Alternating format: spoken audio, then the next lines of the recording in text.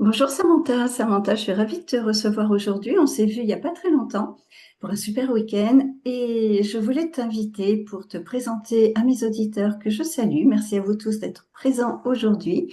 Samantha, tu es énergéticienne, tu es cartomancienne, conférencière, tu accompagnes les gens. Donc je vais te laisser te présenter parce que tu as tellement un vécu inspirant que tu rentres parfaitement dans Ils ont rêvé et ils ont osé. À toi là, à toi. Eh ben, merci pour cette invitation. Déjà, ça m'a fait énormément plaisir de te rencontrer ce week-end avant ce podcast parce que ça m'a vraiment permis de créer un lien avec toi et c'est vrai que du coup, c'est toujours plus sympathique de connaître la personne avec qui on échange. Euh, donc moi, je suis énergéticienne, cartomancienne, en effet, conférencière maintenant. J'ai pour but vraiment d'accompagner les femmes principalement. Je ne suis pas fermée à accompagner les hommes aussi, mais principalement les femmes, avec tout ce qui va être transmission transgénérationnelle, donc les mémoires familiales, tout ce qui va être aussi au niveau du karma, tout ce qui va être euh, ces ponts en fait qui font qu'aujourd'hui, on a l'impression des fois de vivre des choses qui nous appartiennent pas toujours, d'avoir des croyances limitantes, d'avoir ces espèces de schémas un peu bloquants et limitants. J'ai vraiment envie de rendre aux femmes leur plein pouvoir et de se décrocher de ce passé qui parfois leur appartient et parfois ne leur appartient pas. Ouais. C'est super intéressant parce que on n'a pas toujours conscience d'ailleurs de ce poids du transgénérationnel qui pèse sur nous. Et moi, je trouve ça fascinant. J'ai déjà fait pas mal de constellations familiales, de travail en psychogénéalogie et c'est super. Mais je crois que tu as une expérience aussi qui t'a amené à tout ça parce que C'est ça ça, n'a pas c'est-à-dire. toujours été ça. Tout à fait. C'est-à-dire que moi, en fait, j'ai toujours été dans cette notion de il faut oser dans la vie, mais parfois les peurs prennent le dessus. Et quand on y réfléchit, on se dit, mais ces peurs, elles sont pas vraiment à moi. Pourquoi il y a quelque chose qui me retient? Et en fait, quand on y réfléchit, souvent, c'est les autres. J'ai ouvert mon salon de coiffure, parce qu'avant d'être énergéticienne, j'étais coiffeuse. J'ai ouvert mon salon de coiffure à 24 ans. Et en fait, à cette époque-là, il y a beaucoup de personnes qui me disaient, mais tu rachètes un salon de coiffure qui ne fonctionne pas, tu vas te retrouver avec des dettes, tu as 24 ans, ça va faire une grosse somme d'argent, tu es sûr de ce que tu fais. Et en fait, c'est les peurs des autres qui parlent. C'est parce que les autres n'ont pas le courage de le faire. Et je me suis dit, ben ouais, je me lance parce qu'au pire, je perds quoi? Au pire, eh ben, je revends. C'est déjà une entreprise qui se casse la figure, donc je pourrais pas plus l'effondrer que ça. Et au pire, je retrouve un travail, j'en suis capable. Donc me voilà partie dans ma première expérience de vie où je me dis, ben voilà, aujourd'hui, tu te lances à ton compte, tu as 24 ans, tu as la vie devant toi. Et me voilà partie pour 8 merveilleuses années. Et en fait, au bout de 7 ans, je deviens maman. Et la vie a fait que ben, j'élève cette petite fille toute seule. Elle n'a pas de père, elle a un géniteur qui aujourd'hui a choisi de ne pas faire partie de sa vie. Et pour moi, c'était pas un problème.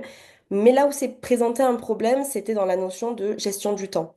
Une entreprise, quand tu as un salon de coiffure, que tu gères une entreprise enfin, qui a autant de demandes énergétiques, plus le fait d'être maman toute seule, même si j'ai ma famille qui est à côté, ben, c'est quand même un poids en plus. Je me suis dit, tu ne peux plus concilier les deux.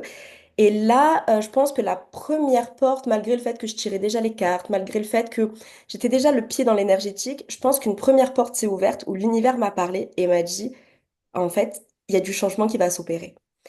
Et j'ai osé, on va dire encore une fois, parce que ce terme oser fait partie de mon vocabulaire au quotidien. C'est mon mantra aussi, hein, je te Non, mais rassure. c'est C'est ça. mon mantra depuis toujours. C'est vraiment, j'ai osé dire, OK, je reçois un mail un soir qui me dit, on recherche une enseignante sur Montpellier. Et j'ai osé dire, OK, allez, j'envoie. J'ai fait un CV en 2 secondes. Même, je ne sais même pas s'il y avait une lettre de motivation dans ce que j'ai envoyé. Le lendemain matin, je reçois un coup de téléphone. Vous avez rendez-vous mercredi. J'arrive le mercredi et moi, je pensais être là pour un entretien d'embauche. Et en fait, on me dit, vous commencez le lundi. Waouh! Ok, sauf que moi j'ai un salon de coiffure à gérer et qu'à la base, je rappelle que je voulais lâcher le salon de coiffure pour avoir du temps pour ma fille. Sauf que là, je me retrouve à avoir un salon de coiffure, un travail d'enseignante et ma fille. Donc niveau temps, j'en avais plus du tout. Et en fait, ils me proposent un CDI. Et je leur dis, écoutez, moi, j'accepte votre CDI à condition que mon salon se vende. Dans une période où c'était très compliqué, parce que on était sur une période où beaucoup de salons de coiffure se vendaient, post-Covid, énormément d'entreprises se cassaient la figure. Et je décide voilà, de le mettre en vente. Il s'est vendu en 4 jours. C'est-à-dire que là, si on peut pas dire que les planètes n'étaient pas alignées pour que je vende et que je parte, enfin, concrètement, tout était fait pour que j'aille vers l'énergétique. Et je me suis retrouvée à vendre le fonds de commerce. Donc les murs m'appartiennent toujours aujourd'hui. Donc ça aussi, c'est quelque chose, j'ai osé acheter les murs, j'ai osé investir dans de l'immobilier parce que ben, aujourd'hui, malheureusement, on ne sait pas de quoi sera faite notre retraite. Donc l'immobilier reste une valeur sûre. Et je me dis, voilà, aujourd'hui, je suis partie d'un poste, je me suis retrouvée enseignante.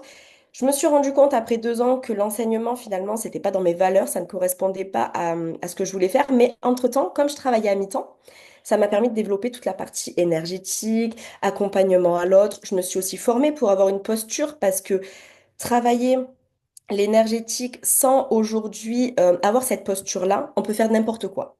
Et aujourd'hui, des énergéticiens qui promettent la lune, et pour moi, en fait, si t'as pas une posture, si t'as pas un cadre et si t'as pas une protection, c'est bon pour te casser la figure. Donc, je me suis énormément formée. Je continue encore aujourd'hui à me former parce que pour moi, c'est quelque chose de primordial. Tu parlais des constellations familiales. Je me forme aux constellations familiales. Je me forme à la numérologie parce que même si c'est pas des choses que je vais mettre en application dans mon travail, c'est des plus que je peux mettre en application dans mes accompagnements. Et donc, tout ce chemin-là m'a amené à rencontrer l'homme de ma vie. Donc ça, c'est quelque chose où je me dis, bah, l'univers m'a fait passer par cette entreprise pour que je le rencontre. Et derrière ça, je suis partie et j'ai créé mon entreprise. Donc, dans l'énergétique, la cartomancie. Aujourd'hui, en plus de ça, je suis formatrice, je suis conférencière. Euh, et en fait, le mot d'ordre de toute ma vie, ça a été ose. Ose avoir cet enfant toute seule, ose créer ton entreprise, ose lâcher cette entreprise qui cartonne, qui marche, où tu as une clientèle au top, ose recommencer à zéro, ose changer de vie. Il n'est jamais trop tard pour changer de vie, pour quitter des relations toxiques, pour quitter des schémas toxiques, pour t'éloigner, mais même si c'est ta famille, à un moment donné, on ne doit rien à notre famille si celle-ci est toxique pour nous. Et en fait, ça a été vraiment tous ces enchaînements dans la vie où à chaque fois on m'a dit waouh, mais t'es courageuse. Non, je suis pas courageuse. Parce que je sais que je m'élance et que si jamais ça ne fonctionne pas, je peux toujours faire machine arrière.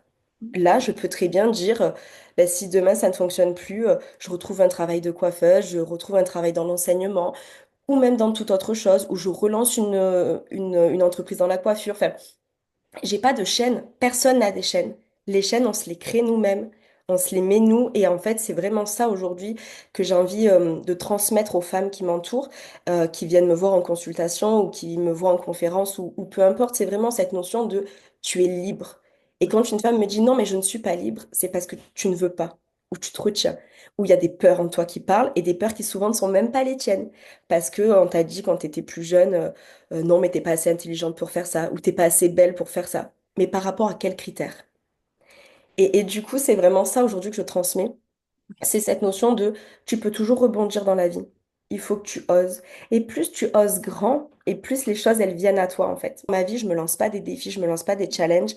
J'ai l'impression, en fait, de m'ennuyer. Alors, je sais pas si c'est une forme d'hyperactivité ou autre, mais c'est vraiment pour moi, euh, j'ai toujours eu une vie avec des péripéties. On m'a toujours dit, mais tu peux faire de ta vie un film, une série Netflix.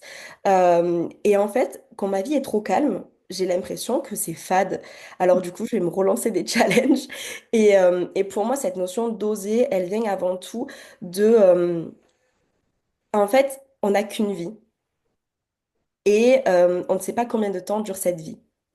Et si tu remets à chaque fois au lendemain tes ambitions, en te disant je suis pas assez vieille, j'ai pas assez d'expérience, c'est pas assez carré, c'est pas parfait, et ben en fait tu n'avances pas et tu te retrouves très vite à procrastiner. Et puis après un jour tu te réveilles et tu te dis waouh, j'ai 85 ans et en fait tout ce que je voulais faire plus tard parce que j'avais pas assez d'argent, parce que j'avais pas assez de ci, parce que et ben en fait je ne l'ai pas fait.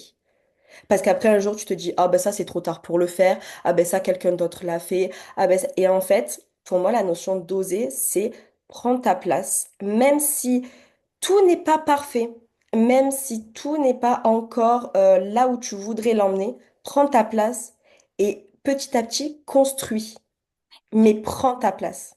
Oser, c'est s'autoriser déjà à faire ce premier pas. Et ce premier pas, une fois que tu l'as fait, bah, tu es dans la stimulation. Et puis, je pense que on attire à soi ben, ce que l'on dégage. Donc, en même temps, c'est un message à l'univers qui va continuer à nous envoyer sur ce chemin. Si c'est le bon chemin, si ça fonctionne pas, c'est que Exactement. c'était pas le bon chemin. Et dans ces Et cas-là, on a expérimenté.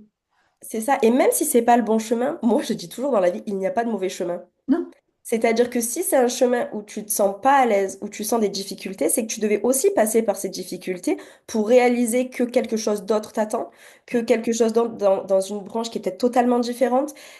Chaque difficulté, chaque épreuve, chaque notion de ralentissement t'apporte quelque chose. bien sûr. Et ça, dans absolument tous les aspects de ta vie, que ce soit des relations, que ce soit le travail, que ce soit au niveau de la famille, au niveau des amis, enfin, chaque pan de ta vie va vraiment t'apporter quelque chose. Et je suis même amenée à dire que parfois il y a des choses qui sont dans ta vie de passage, juste pour t'apporter quelque chose à l'instant T. Comme moi, par exemple, le fait d'être dans l'enseignement, les planètes se sont alignées, je me suis dit, ok, c'est que l'enseignement, c'est à 100% fait pour moi. En fait, non, c'est juste que je devais être là à ce moment-là pour rencontrer quelqu'un. Une fois que la rencontre était faite, bah, tu peux passer à autre chose d'encore plus grand. Et c'était pas un échec. Ça a jamais été un échec de dire, t'as tout vendu pour ça, alors qu'au final, c'était pas pour toi. Jamais j'ai vu ça comme un échec. J'ai vu ça comme une expérience de vie qui m'a emmené quelque chose d'encore plus grand et qui m'a permis d'être là où je suis aujourd'hui. De toute Ne jamais, façon, pardon, j'allais te couper, non, mais j'allais dire ne je- jamais voir sa vie comme un échec, mais voir sa vie comme des expériences. c'est ça, c'est ce que je disais, c'est ce que j'allais dire. Il n'y a pas d'échec, il y a juste des expériences qui t'amènent à comprendre déjà des choses de cette expérience qui n'est pas toujours facile à vivre, et puis rebondir et tu en sors toujours grandi. Et puis si tu t'arrêtes parce qu'il y a un échec, tu vas pas avancer dans ta vie. Et oser fait partie justement d'oser se planter. Et quand on plante, on sème de toute façon et on récolte un jour. Exactement. Et Alice, cat designer, Alice Cattelino, qu'on connaît toutes les deux, a pour habitude Que de prendre j'adore.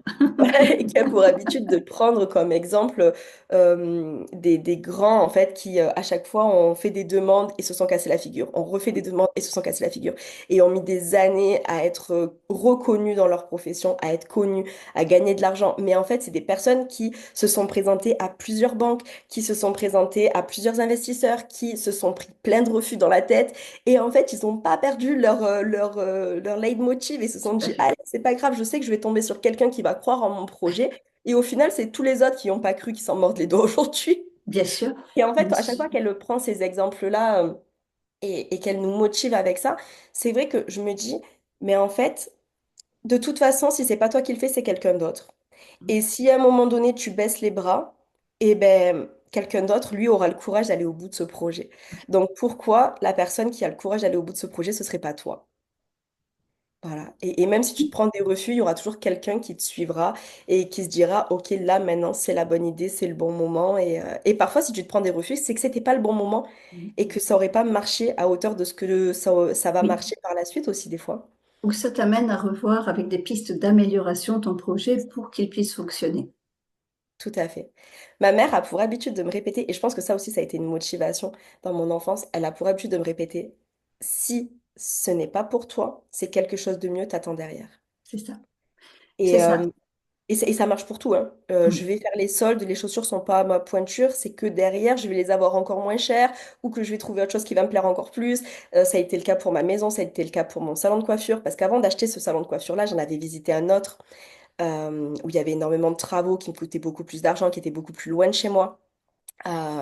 Et en fait, le projet ne s'est pas fait. Et sur le coup, je me suis dit, allez, c'est bon, t'as investi du temps, t'as investi. Et au final, quand j'ai trouvé ce salon de coiffure à côté de chez moi, mais magnifique, et là, je me suis dit, mais c'est pour ça que l'autre s'est pas fait. Parce que c'est celui-là qui t'attendait, en fait.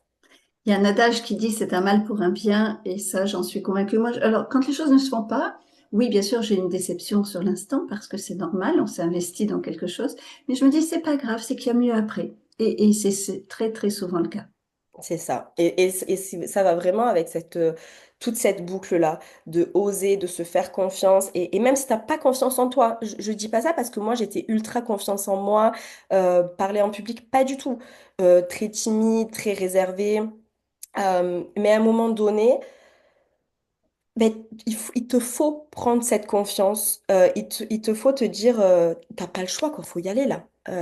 Parce que à un moment donné, quand tu vois les deux chemins qui s'offrent à toi, ben, qu'est-ce que tu as envie de faire dans ta vie? Être toujours dans le... Alors, je parle du salariat, mais l'entrepreneuriat n'est pas fait pour tout le monde, hein. Mais toujours dans cette notion de tu veux rester salarié toute ta vie, tu as envie d'entreprendre et de créer des projets. La coiffure, c'est un milieu de requins. La coiffure, si tu travailles pour un patron, tu peux être amené à faire 60 heures par semaine, payé 35. Euh, c'est vraiment un milieu où la clientèle peut très mal te traiter parce que tu es considéré comme moins que rien. Parce qu'à l'époque, mon époque, c'était tu fais coiffeuse parce que tu sais rien faire d'autre. Moi, j'ai déjà entendu des parents dire à leurs enfants, si tu travailles pas bien à l'école, tu finiras coiffeuse.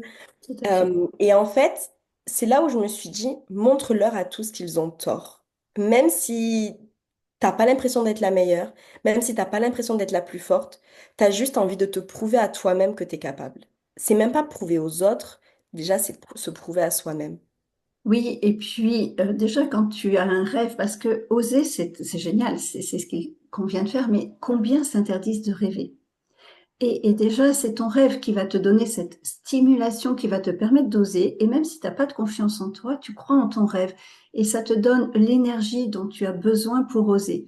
Et je crois que la base de tout, c'est s'autoriser à rêver pour oser. C'est exactement ça. Le rêve est un moteur. Dans la pièce d'à côté, c'était ma chambre quand j'étais enfant. Et sur le mur, il y a écrit arrête de rêver ta vie et commence à vivre tes rêves. Et je l'ai écrit en gros sur le mur de ma chambre. Oui, oui, oui. Et pour moi, ça a été. J'ai écrit ça, je devais avoir 14 ans. C'est encore là aujourd'hui, j'en ai 34. Euh, Ça prouve vraiment que dans la vie, comme tu dis, le rêve est un moteur. Et il y a des personnes qui ont toujours rêvé d'atteindre les étoiles. Et en fait, un beau jour, quand ce rêve s'accomplit, elles se disent, mais c'est mon rêve d'enfant. Mais parce que justement, elles se sont autorisées à rêver. Et en plus de ça, pour en revenir au schéma du transgénérationnel, c'est combien de personnes ont leur rêve brisé par des adultes?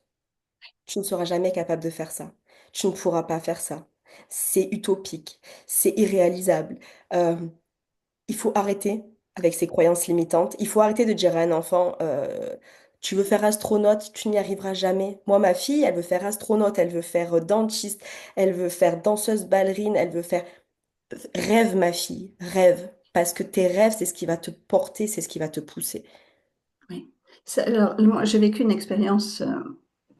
J'ai mon filleul a eu un très grave accident. Il est resté dans le coma pendant 42 jours et quand il est allé en rééducation, on n'arrivait pas de... Les gens lui disaient, arrête de rêver, ta vie ne sera plus jamais la même. Et je disais, non, non, non, il faut y croire, il faut y croire. Et un an après, il a réappris à compter, il a réappris le français, il a passé son bac, il a eu son bac avec mention, et là, il va intégrer l'école qu'il avait choisi de faire avec 2 ans de retard. Mais il y a cru, et ça a fait toute la différence, et ça me mettait en colère, et ça le mettait en colère de voir que on voulait le... Oui, certainement qu'il y a beaucoup de gens qui, après une telle période de coma, n'y arrivent pas, mais il y en a qui peuvent. Et pourquoi les briser au départ? Et il est la preuve vivante que si on y croit, en tout cas, on se donne beaucoup plus les moyens. Il a beaucoup bossé, il s'est beaucoup investi, c'est pas arrivé tout seul, mais il a réussi. Tu m'as parlé de cet accident et c'est vrai que pour moi, c'est des exemples, mais tellement parlants parce que on est face à quelqu'un qui ne veut pas croire les statistiques parce que des statistiques, ça reste des chiffres, ça reste des moyennes. Mais dans une moyenne, il faut penser qu'il y a des gens encore plus bas, mais il y a surtout des gens encore plus hauts. Et arrêter de mettre des gens dans des statistiques ou dans des cases. Et ça, c'est tellement puissant ce que tu dis là, c'est de toujours être dans l'encouragement. Il suffit d'avoir une personne qui croit en toi pour que tout change. Oui, Et mes élèves, quand j'étais enseignante, j'avais pour habitude de leur dire, si tu ne crois pas en toi, qui va croire en toi? c'est complètement ça. Et puis, déjà, soi-même, des fois, on a du mal à croire en soi. Et combien de fois on entend, mais arrête de rêver, reviens les pieds sur terre. Certes, il y a des gens qui ont peur et qui, comme tu le disais au début, enfin, te transfèrent leur propre peur. Quand toi, tu oses être un petit peu audacieuse, tu te prends les peurs en retour. Et c'est vrai que c'est pas toujours évident, mais c'est là où j'ai mon projet, je suis focus sur mon projet et je veux aller au bout. C'est ça. Et quand tu parles de on a du mal à avoir confiance en soi, là, j'ai vraiment envie de rebondir sur, parce que j'ai souvent ce schéma-là de femme dans mes consultations, c'est pourquoi t'as pas confiance en toi? Et là, la plupart du temps, ils me disent, parce qu'on m'a dit ça, Oui, parce qu'on a pensé ça de moi, parce que j'ai entendu ça. Donc en fait, c'est les croyances des tout à autres fait, tout à qui te fait. baissent ton estime de toi. Mais si toi, tu regardes par rapport à la femme que tu étais il y a 5 ans, qu'est-ce qui te rend fière? Et là, la plupart du temps, ils me disent, c'est vrai que j'ai accompli ça, c'est vrai que j'ai fait ça, c'est vrai que du coup, ben, le fait d'avoir cru telle personne, et ben, je me suis empêchée de faire ça alors que j'aurais pu faire ça. Et là, je me suis dit, donc arrête de croire en toi à travers le prisme des autres, mais crois en toi par rapport à tes valeurs, par rapport à ce que tu as accompli par le passé. Euh, Encore une fois, je reviens à Alice, mais quand ce week-end, elle nous a dit, souvent, tu regardes le reste de la montagne qu'il reste à franchir, mais tu oublies de regarder déjà Absolument. toute la partie de la montagne que tu as franchie. Et ben, cette phrase elle est tellement vraie. Souvent, tu as accompli des choses et tu ne t'en rends même pas compte. Tu as réussi à sortir de travail toxique, de relations toxiques, tu as réussi à évoluer dans ta carrière professionnelle. Tu es une super maman accomplie. Tu as deux, trois enfants, même un enfant, même si tu es une femme sans enfant, mais je veux dire, tu accomplis des choses tous les jours dans ta vie.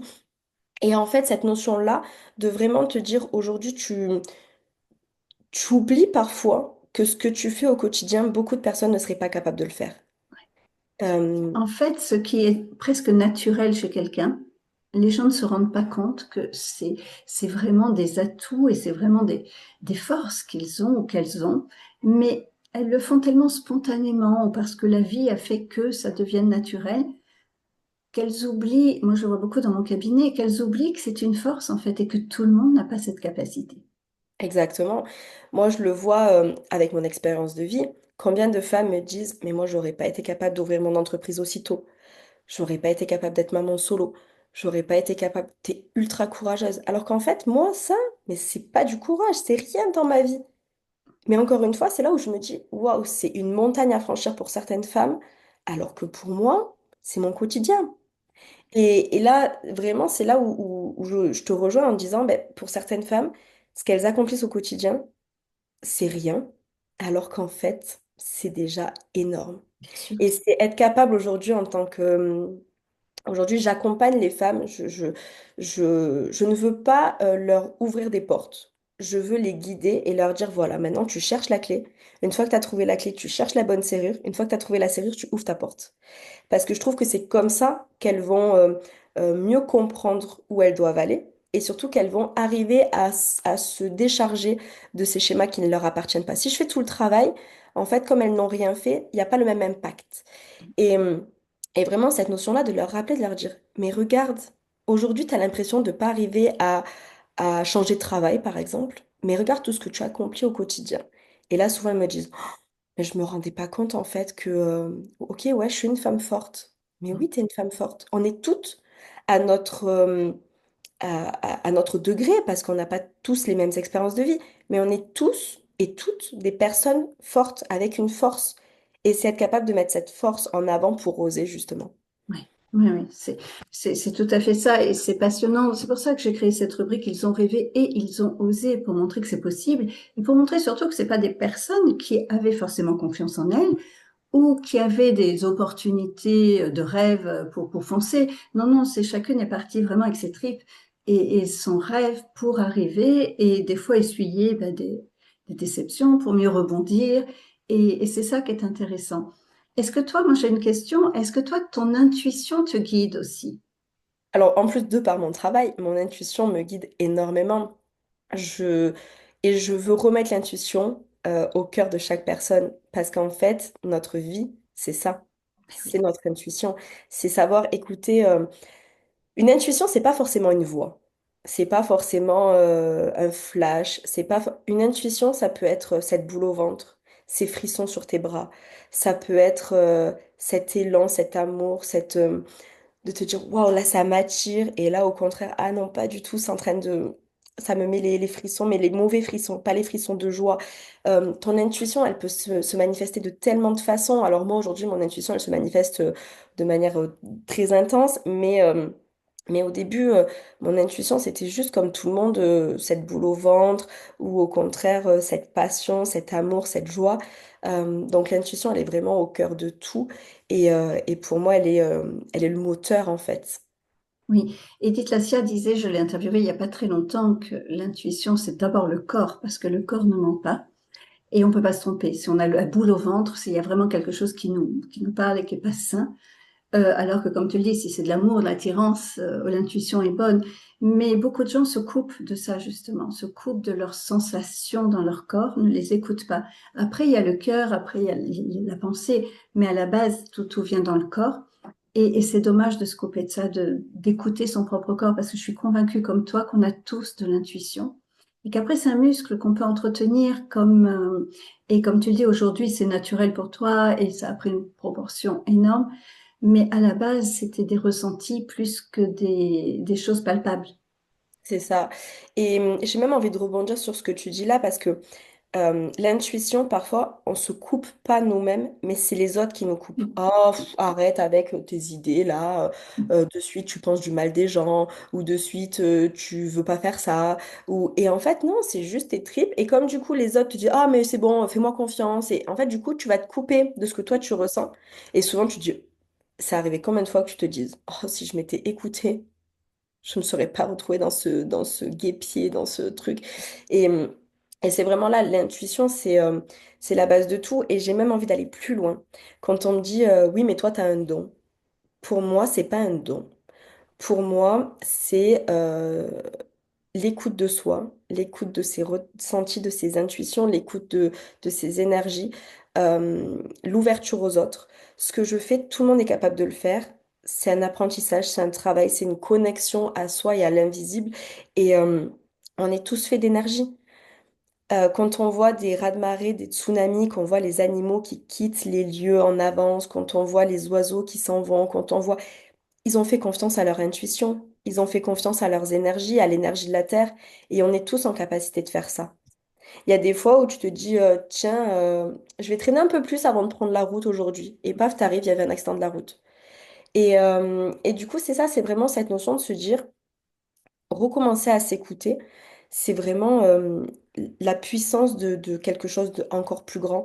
Parce que toutes ces énergies, toutes ces interconnexions avec les gens, je parle des gens normalement constitués, pas des gens qui sont dans la manipulation, mais je veux dire des gens normalement constitués, on envoie tous des ondes de stress, de peur, de joie, de doute, de bonheur, d'amour. Et parfois, on rentre dans une pièce et il y a quelqu'un qui va nous attirer parce qu'il va un peu vibrer la même peur que nous, parce qu'il va un peu vibrer la même énergie que nous et on va se dire, tiens, je suis attirée par cette personne. Parce qu'à l'instant T, on est tous les deux dans le même schéma. Et quand tu parles de avoir la boule au ventre, là encore une fois, quand tu écoutes ton intuition, c'est savoir différencier cette boule au ventre qui rend mal à l'aise et cette boule au ventre qui est juste une peur qui veut nous parler Tout à parce fait. que, mine de rien, on a tous un ego, on a tous un cerveau qui veut nous maintenir en sécurité et qui veut pas nous Absolument. faire sortir de notre zone de confort. Oui. Parfois, on va avoir cette boule au ventre qui va juste être là pour nous dire, hey, tu n'es pas capable de faire ça parce que je suis ton ego, parce que je parle à ta place et que je suis cette petite voix malsaine en toi. Alors, malsaine, pas toujours, mais cette notion de... Ça peut être une protection, juste une peur oui, qui veut te mettre en protection et qui, par ce comportement, t'amène à ne pas aller au bout de tes rêves. Ce qui peut exactement. sembler malsain, mais à la base, elle veut te protéger. C'est ça. Et moi, c'est ce que je dis aux gens, c'est écoute cette petite voix, mais dis-lui, ok, je te mets de côté, laisse-moi essayer. Et puis au pire, si je me casse la figure, ben, je choisirai ton option à toi et je referai ça, ça, ça, ça, ça. Mais c'est oser, c'est savoir mettre cette petite voix, cette petite peur en sourdine. Juste, ok, je te mets en mode avion aujourd'hui et je vis ma vie. Ouais, j'aime bien la notion de mode avion. On T'es coupe. toujours là sur mon téléphone, mais t'es en mode avion. Oui, ouais, ouais. Moi, je mets ne pas déranger Ouais, sur c'est le ça. téléphone. Voilà. Et C'est ça. c'est ça l'image que j'ai. Mais je n'avais pas l'image du mode avion, mais ne pas déranger. Voilà. Des Ouais, fois, je me dis, non, stop, on se met en mode ne pas déranger. C'est génial, on pourrait t'écouter des heures à partager, on pourra refaire un podcast. Si avec tu plaisir. avais un dernier message pour nos auditeurs, ce serait quoi? Pour moi, le message, C'est celui que je transmets à ma fille. C'est-à-dire que moi, je ne me vois pas dire à ma fille de faire des choses si moi, je ne suis pas capable de les faire. C'est-à-dire qu'aujourd'hui, le message que j'aurais à transmettre, c'est imagine, tu te dédoubles, tu te mets face à ton miroir et tu parles à ton enfant intérieur. Et si ton enfant intérieur te disait, alors, t'as osé quoi dans ta vie? Qu'est-ce que tu aurais la fierté de lui dire? Quel message tu te transmettrais à toi-même, mais à toi-même dans une version plus enfant ou dans une version plus adulte. C'est-à-dire que si tu étais face à la version de toi de 60 ans, 70 ans, et qu'elle te disait, ah ben alors tu vois, t'as osé ça dans la vie, on en est là et tout. Et en fait, c'est vraiment ce message de arrête de voir ton prisme, pardon, à l'heure actuelle, vois ton prisme beaucoup plus large. Et qu'est-ce que tu te dirais à toi-même si tu n'étais pas en manque d'argent, si tu n'étais pas en difficulté aujourd'hui? Qu'est-ce que tu aimerais accomplir? Ouais, très beau message. Très, très beau message. C'est quelque chose que je fais assez régulièrement. Et souvent, moi, ma force vient de me dire, quand il m'arrive des choses pas sympas, et comme tout le monde, je me dis, si tu étais ta patiente, tu lui dirais quoi? Et maintenant, ben, t'as plus qu'à le faire parce que je ne suis pas dans fais ce que je dis et pas ce que je fais. Pour moi, Ouais, c'est important d'incarner ce que je propose à mes patients. Sinon, je n'ai pas le rôle d'être thérapeute. mais c'est Et ça. ça a été ma force toute ma vie parce que du coup, ça m'a challengé beaucoup. Et c'est aussi ce que je suggère, voilà, prendre du recul en disant, et si tu étais ta meilleure amie, qu'est-ce que tu lui conseillerais? Ben maintenant, fais-le. C'est exactement ça. Et je le vois, moi, c'est la maternité qui m'a changée. Parce que c'est en ayant ma fille où je me suis dit, mais déjà qu'avant, j'étais quelqu'un qui osait. Mais là, ça a vraiment été ma fille où je me suis dit, mais tu peux pas lui dire, fais ça, si toi, t'as pas le courage de le faire. Bien sûr, bien Ouais, sûr, c'est pas crédible. c'est ça. En tout cas, je te remercie vraiment pour cette invitation et en effet, on pourrait débattre des heures sur tellement de sujets parce qu'on se Oui, retrouve sur tellement de vibrations que ça m'a fait tellement plaisir de te rencontrer ce week-end et je sais que c'est pas la dernière fois. non, non, non, on a plein de projets communs. C'est ça. Et vraiment, merci beaucoup pour tout ça parce que je trouve que c'est important de donner sa voix à des personnes différentes, même différentes de nous, parce qu'on en apprend toujours. Et moi, j'ai Bien été sûr. ravie d'apprendre de chacune de vous et de toi au cours de ces différents échanges. Et moi, j'aime montrer cette diversité sur ce podcast, pour montrer que n'importe qui peut oser, peut rêver et oser ensuite, que ce soit un auteur, que ce soit un entrepreneur, quelqu'un qui est même salarié, mais qui a des rêves à titre perso, de voyage, et j'ai une auteure qui a fait le tour du monde, qui a tout vendu pour partir un an ou deux, je ne sais plus, avec son mari, faire un tour du monde. Enfin, c'est des expériences de vie tellement géniales que j'avais envie de le partager et montrer que c'est possible. Donc, et merci à toi d'avoir accepté, ça me fait très plaisir. Et en plus, tu avais accepté avant qu'on ne se rencontre, donc c'était doublement un plaisir. Merci Samantha, merci à vous tous et on se retrouve la semaine prochaine avec un nouveau ou nouvelle invité.